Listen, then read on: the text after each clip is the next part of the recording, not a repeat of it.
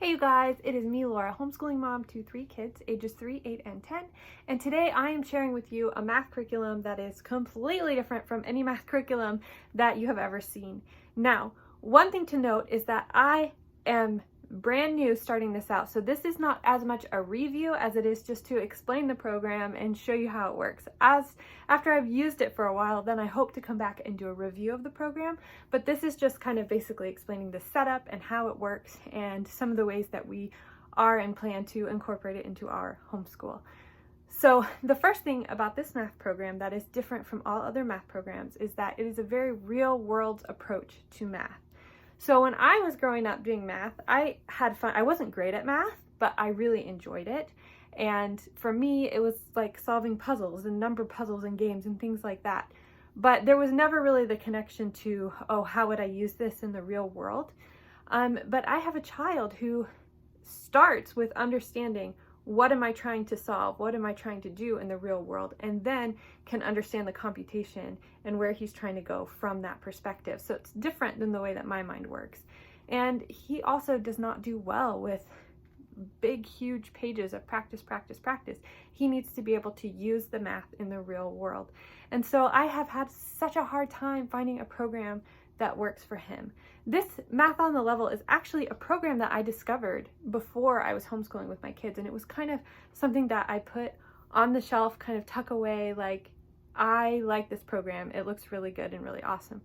I kind of set it aside though, because it is a smaller program, it isn't traditional, it kind of takes a learning curve to understand the way that it works, and the upfront cost is more because you're buying, in one purchase, you buy all the math you need for all your children for grades kindergarten through 8th grade. Maybe I shouldn't do that. Maybe I should look at some of these other cheaper products, which of course over the course of time, it's really very inexpensive. But to put that out for something that you don't know a lot about, it was just kind of a big leap for me. So as I've been looking at math programs again, I had honestly forgotten about Math on the Level. I came back in touch with it and I realized that this is really exactly what I'm looking for. So with Math on the Level, most math programs are set up whether by grade level or not. Like you've got level 1, level 2, level 3, level 4, level 5. You go through, in order. And these programs have practice problems for you to do. And it just was not sticking for my son, was not working. And it's not because his math brain is really sharp. He can figure out amazing problems that I would struggle with, but it's just this, on paper, this kind of redoing the same things over and over again and not making any real connection to the real world that has been a struggle for him.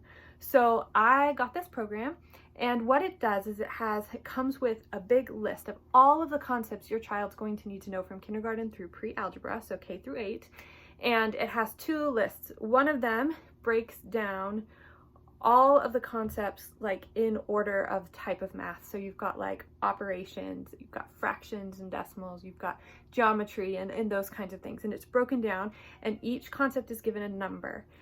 Then you have a second chart that's a suggested teaching sequence. You can teach in whatever order you want. So if there is a situation that arises that's perfect for teaching a particular concept to your child, go and grab that concept, even if it's not in the right order, and teach it to your child when they're available and open to learning that concept. So that's totally fine. But the suggested sequence is nice because it helps you know, okay, my child needs to know this skill before he's really ready to tackle this skill. So if I'm going to teach this one, I need to teach this first. Does that make sense? So that kind of idea is that you're going with your child, and a lot of it is based on your child's ability to work on a particular concept. For example, your child might be ready to tackle geometry before they're ready to tackle long division, or vice versa, all around. And they might be, okay, they've maxed out on geometry and they can't go any farther right now, so let's go work on fractions for a little while. So it kind of gives you that flexibility, but you don't have to worry about missing out because it's got all of those lists there for you. So on top of the list, and I will show you inside all of this, but on top of the list, it teaches you how to teach each of these lessons, what are the important things they need to know. It gives you examples of using this math in the real world so you can have the real world application. And there are 2 computer components as well. First of all is the spreadsheet, which is an amazing, amazing tool. So you download this, and this is where you keep track of all of your child's progress, how they're doing individually, the skills they've mastered and what they need to work on. And then there's an online component that helps you create review that is tailored to your child, as well as worksheets that for particular concepts that you're starting or you need extra practice on. So that is kind of the gist of it. So I'm going to move over to my desk and show you inside the program. I'll show you the computer components as well. And at the end, I'm going to tell you how we plan to use this math in our own homeschool. Before I hop over to the desk, one thing that I forgot that's pretty important. This program is very different from what you have typically seen. So if this is a program you're interested in, I recommend setting aside a couple days, maybe even a week, where you can devote a pretty solid amount of time to reading over all of the introductory materials and wrapping your brain around how the program works and getting it set up. Once you do that, it is so much easier, but it does take some time to kind of figure it out at the beginning. When you get Math on the Level, these are the two main books that you are purchasing.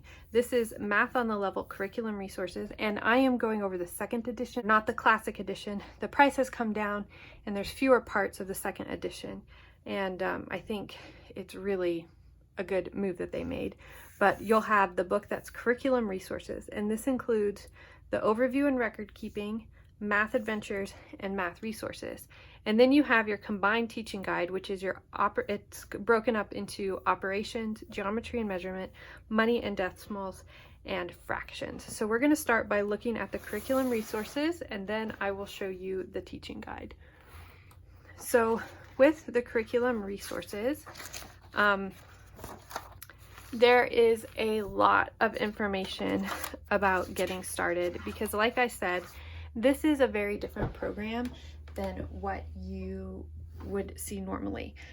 So there's a bit of a learning curve when you get it. I would recommend setting aside even a couple days to actually read through all of this and understand how it works. Once you understand the way it works and once you get it set up and kind of make that switch in your mind, it's pretty easy. But just getting used to wrapping your brain around it can take a little bit. So it talks about teaching math through life, teaching to the child's maturation level, not their grade level. Talks about memory. They have a separate memory program called Nines Down that teaches the addition, subtraction, multiplication, and division facts. And they talk about motivation and how to get kids interested and the benefits of Math on the Level. When you get the program, they have an Excel spreadsheet, which I will show you, and you will enter the concepts that your child knows. So the way this program is set up is that every day your child has what's called a 5-a-day review. So these are approximately five problems a day that they're reviewing concepts that they have been taught and they know. And the program is set up in such a way that if it's a fairly new concept that they've learned, they're reviewing it more often, maybe daily or twice a week. And as the child becomes even more and more familiar with the concept, it moves to where they're only seeing the concept to practice every month or so.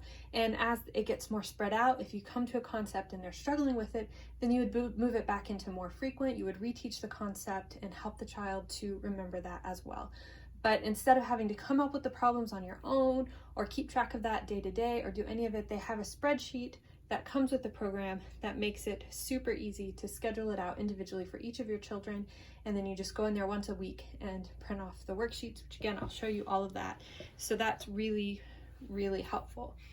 So when you first get the program, you'll want to take a few weeks, maybe even a month, to kind of figure out what topics your child really does know. And you'll do that by plugging in things to the program, plugging in the concepts that you believe they know, and giving them some time to work those and see which ones they can actually do independently, which ones are actually too hard.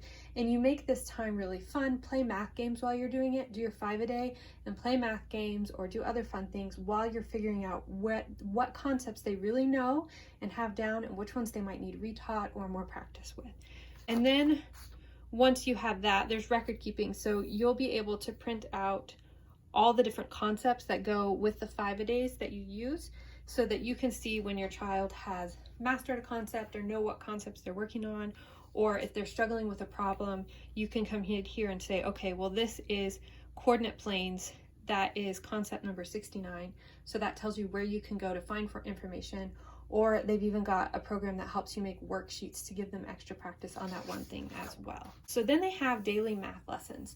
So the way that they recommend doing it is that 2 to 3 days a week, you are doing hands-on, real-world math. You could be doing games, you can be doing cooking, you can be doing other projects, but you're doing math in real world. And then 2 to 3 days a week, that is when you're doing your lessons and your more traditional math. Every day you're doing your review, but again, it's only 5, sometimes I've had as much as 7 questions a day, but it's very, very, very minimal as far as their daily review. And the younger your child is and the fewer concepts they have they're working on, the fewer problems they're going to have on the review. As your child gets older and closer to the end, there's going to be more per day, but that's just kind of to be expected. They do have a separate program for preschool as well. I think it's like a $20 PDF or something. It's very inexpensive, but it's got some even more basic skills. And here's a tracker for keeping track of those skills. And then they have a part where they compare Math on the Level to a textbook approach, and it is very, very different. A few of the things, for example, a teacher's guide gives instructions on how to teach each lesson as presented in the textbook, whereas Math on the Level gives suggestions and ideas for teaching any concept, and they're in the teaching guides, the other book. And the order of teaching in a textbook is very specific, and with Math on the Level, the order of teaching is flexible. You can teach it based on your child. This is what I love with unit studies, because I can find things that match the unit study that we're going with, that we're learning, and we can learn math within that real context. I can see what concepts we need to learn and how I can tie that in, and so math just becomes an extension of our unit study, and it doesn't feel like this big hard extra thing. So it's really, really nice in that way. So then this has math adventures, and I'm not going to go through this in a lot in depth, but I will show you some of it. It talks about how you can use math in cooking, using money, traveling, games, vocabulary, and unit studies. So it has all of these things in here. So for cooking, for example, these are different concepts that you can use in cooking. And so, like, for example, math vocabulary terms you can use when you're cooking include more, greater than, bigger, less than, smaller, first, next, last, first, second, third, fourth, etc. equals, same as. You can do measurements, finding equivalent fractions, and it shows you how to do all of these things within cooking. So then it goes through and it gives you metric cooking and what you need to do that and how you can do that, and mathematical activities you can do that, nutrition, meal planning, and preparation, and how to use math with that. So it goes through shopping, and it just has all these different mental math games, all these real world applications and fun ways to use math. Here's some active games. Positional vocabulary. It talks about the importance of using math vocabulary in real life from day to day. And then it talks about, here are unit studies. Here's basic concepts. You can do addition, subtraction, multiplication, division, fractions, decimals, ratio, percent. And then it has ideas you can do for those unit studies. So for example, decimals, measure something in metric measurements, do problems with money, convert between different systems of money, or just add the cost of items you purchase from unit study activities. So then it gives you all these ideas for ways to turn these into unit studies, and how to incorporate science and art and all different kinds of things into these unit studies, drama, physical activities, history, language arts. Then you've got math resources. So this has your charts and graphs, word problems, a math dictionary, and fun facts and memorization. So you look through here, and I mean, this is just really, it's a math resource, and it gives you more information, more activities, more ideas for different things that you would be using. It gives you information on doing word problems with kids, on making word problems up, on how to do that, giving you some examples of different word problems in real world, in the life that your child would be living, and things they would know. For example, here's one, multiplying and dividing fractions when you're cooking. It's easy to come up with questions about multiplying and dividing fractions while cooking. For example, triple a recipe and ask, we need 1/2 teaspoon of salt, but since we're making 3 batches, how much will we need? Or make half a batch of something and say, this calls for 2/3 of a cup of flour. How much do we need if we divide the recipe in half? It's got percentage with sales prices and just all these different things and ways that you can make word problems out of everyday life.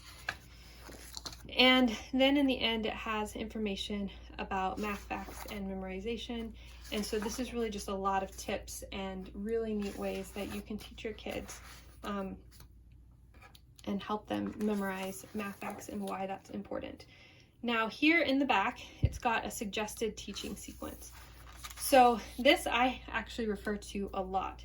So this has all of the, I think in the other book or somewhere there's a chart that has all of the concepts that are taught, and they're listed by number, and I think they're listed by type. So like the operations, for example, would be like 1 through 50, and then geometry would be 51 through 110, or whatever the case may be. But in here, they have all these things broken down in a recommended order for a way to teach your child that might make sense. Now, you might not follow this exactly, you might jump around. There's some of these things that are higher up that my child has mastered, and some that are much early on that are not. That's the beauty of the program, but it can be overwhelming to know, oh, what does my child need to know first? So this breaks it all down for you in order, a reasonable order that you could teach. Anything with a triangle means that this can be taught to any child at any age, and it does not need foundational skills before you teach that to them. And you can teach your younger children and your older children with this at the same time, because you can teach more advanced parts of this concept to your older children and less advanced concepts to your younger children. So it goes through and it breaks all of this down in order, and this is super helpful. And that is kind of what you have in your teaching manual. It is super valuable for all throughout, and really helpful, I think, with any math that you could be teaching. This could be really helpful. So then when it comes to actually doing the skills that you want to do and teaching your child, what do you do? And that is when the combined teacher guide comes in. So you can see here they'll have the concept chart. That's what I was talking about earlier. Getting started, which is another place that's really important to read. It explains things again. And then it's got the whole section on operations, geometry and measurements, money and decimals, and fractions. So this is the concept chart that I was telling you about. This has all the concepts. Now, if you don't want to use any of the online materials, if you want to come up with your own practice problems, or you don't want to do that part, you can simply write each child's name here and check off the skill as they learned it. I keep up with all of this on the spreadsheet that they provide with the program. So you go through, as you can see, there are a ton of concepts that are covered. So then you have your getting started section, which again, you'll want to read that. And then I will show you how the lessons work. So here's an operations. So these are all concepts based on operations. Got more on this page. And so if you go to a concept, say for example, 1-digit addition. So here they will have any information that you as a parent need to know or understand, any background stuff that's important, any vocabulary, things that are important to teaching this concept. And then it's going to give you an example of how to teach the concept. Sometimes it gives multiple examples of how to teach a concept because each child learns differently. Then it will give you games, manipulatives, written addition problems, everything that you need, vertical and horizontal formats, anything that you would need to cover, it's all right here. So here, for example, for teaching, it says teaching the concept of addition is like teaching counting. Just do it. Add everything you see. For example, show your child a bird on the lawn and 2 others in the house. Ask, how many birds are there all together? Then say, that's right. 1 on the lawn and 2 on the house make 3. 1 + 2 = 3. When cleaning up, say, you have 2 books on the couch and 2 books on the table. Let's pick them all up. 2 and 2 more are how many?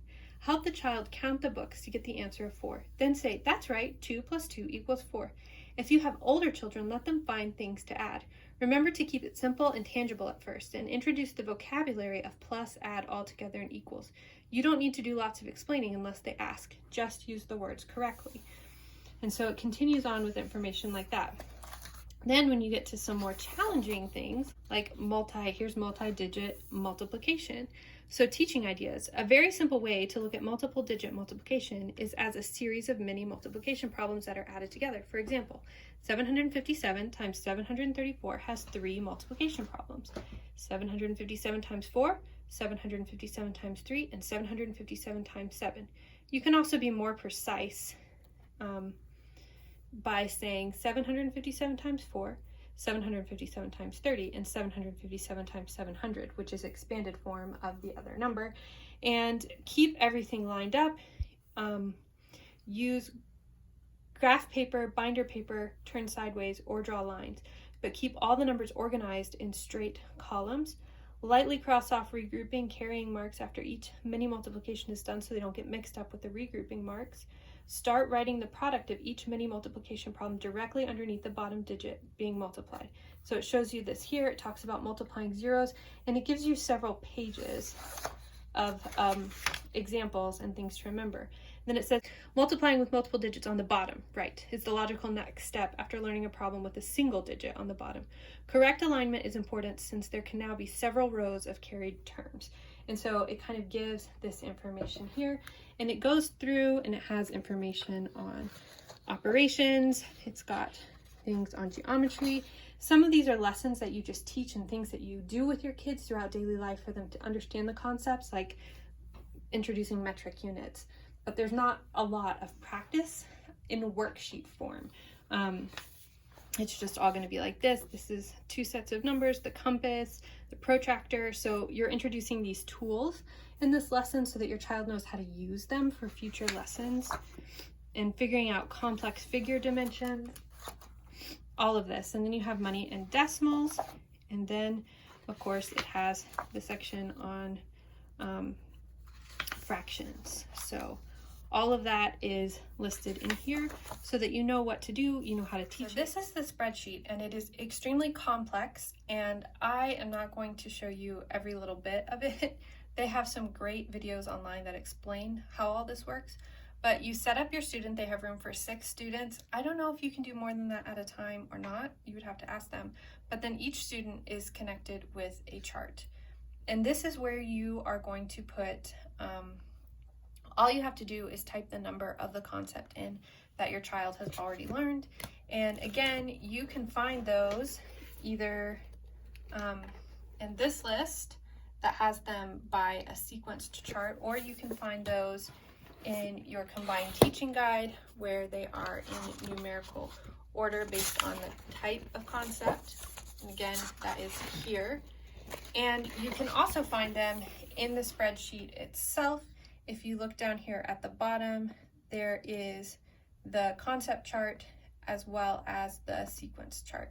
And the cool thing is whenever I put a concept into the spreadsheet here, it automatically marks it off as having been learned for that child, which is super cool. It really keeps track of everything for you. But when you go in, you set up the chart, and again, this will take time at the beginning to figure out what concepts your child needs to know and how often they need to be practicing them. So when you come over here, you schedule in, does this need to be practiced every day, every 2 days, every 3 days, every 4 days, every week, every 2 weeks, 3 weeks, or monthly, or 4 weeks. You can put either one. And then you would put that in here. Now you see some of these are empty because they are dropped. My child has mastered these, and it'll tell you here once your child has mastered that skill, if you need to teach and replace it with a more difficult skill, and it will tell you about that here. Or if you just need to, like in the case of this skill, once your child has mastered it, there's nothing that needs to be replaced. So you just drop that skill. And so you put a D over here or an R to let you know that you've either replaced it with something else or you have dropped it. And then what this will do is it will automatically populate. So if you see down here, these are skills that I want my child to practice every 2 weeks. And I have a 4-day week. So every 2 weeks, it is automatically scheduled. And this is once a month. So once a month, this skill is automatically scheduled. I'm looking for, see, here's one that I want every 2 days for him to practice. So every 2 days, it's automatically scheduled. So I don't have to worry about that. The practice will come in the way it is supposed to. And then what I do is I go over, when I'm ready to make my review worksheets, I do this once a week. I will come over here and I will go to, online 5-a-day, and I just copy what's in this cell, and I will go on to the computer, and this is where I have 5-a-day online. The first year you get this program, the 5-a-day online is included, and then ever after that, it is a small fee that's once a year, but I don't remember exactly what it is, so I don't want to tell you the wrong thing, but it's very reasonable, like very, very reasonable. So what I would go is to 5-a-day quick print, and then I go to import from spreadsheet. I would import that. In fact, why don't I go ahead and make one here with you, a random one. I'm going to copy that and paste it in here. Import. And so then it goes here and it gives you the option of, if there are more than 5 concepts, do you want to combine the concepts? And I say yes. And it gives you lots of options here. And then I'll click on generate preview. When I do that, this is the preview of the worksheet, but you have options. So here, the concepts covered in this are add and subtract with $signs and decimal points. So then I can pick the difficulty. Do I want addition with no regrouping, addition with regrouping, subtraction with no regrouping, or subtraction with regrouping? And maybe I like this, I just don't like this particular problem. You can regenerate it. If it's something that you just don't want to cover or don't like, you can leave it blank and it will take it out and you can write something else in there. So it gives you a lot of flexibility. So the same with the multiplication. This is 1-digit multiplication with regrouping, and you can pick how many digits you want in the number. This is expanded notation, exponential form. So then I decide how many digits I want that to be. Division, 2-digit, 3-digit, or 4-digit division. And then this is rounding and estimating. How much do I want to estimate to? 10,000ths place or less, or more than 10,000ths place? And so you can make it as difficult as you want, and then you can generate it either to download a PDF file or to view in your browser. And then when you open it up, you'll have this page you can print, and if you want, you can print the answer page as well, and then you can have those ready for the week.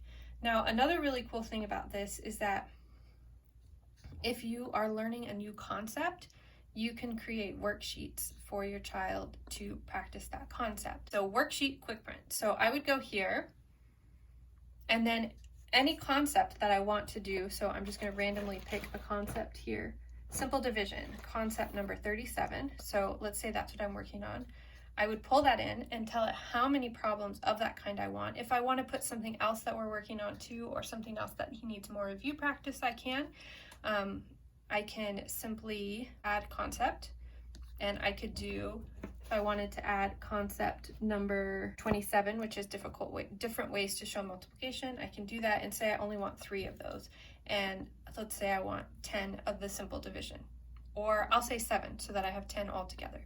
So then I can go to generate preview, and it'll give me a worksheet that my child can do to practice. And so then I would, again, either download the file or view in browser. For this case, I'm just going to view in my browser, and then I can just print it from there, and it will give me the worksheet for my child to work on.